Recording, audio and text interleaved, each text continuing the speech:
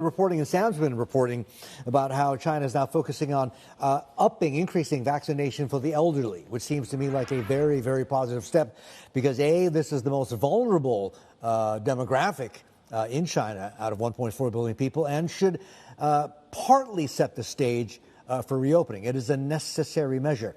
How fast and how soon do you think authorities are going to proceed with reopening? Well, I do believe the authorities are thinking about this, are planning about this actually. And my estimate is that by late March, the latest, the policy will have a very good substantial change. That is to concentrate on protecting the elderly, meanwhile opening it up for the rest of the population.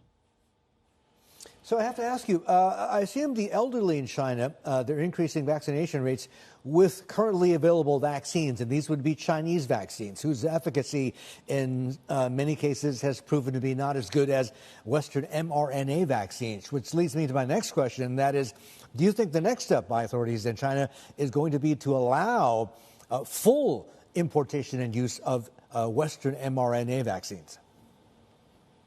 I think it's likely, although it's not 100%, because there are also other means for the government to protect the elderly. For example, they may implement very tight policies about zero COVID policy around the elderly residency. And so it's one possibility of the import of foreign vaccine. It's only one possibility. There are many other ones. So, Professor Lee, what other options are there then if you're talking about others? And what do you see as the realistic path to reopening while they're, of course, trying to strengthen the vaccinations of the elderly? What else could we see in terms of some incremental steps towards March?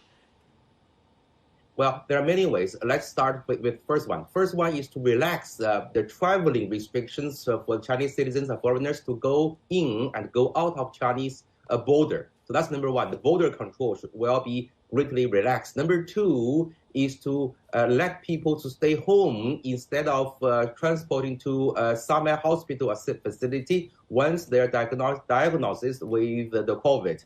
Number three is to relax the restriction of people who are in close contact with people who are diagnosed with COVID. And also number four, is to require people to stay home rather than to go to the hospital when they are diagnosed. That is to save medical resources for the most urgent and severely ill people. So there are there's continuum spectrum of policy options.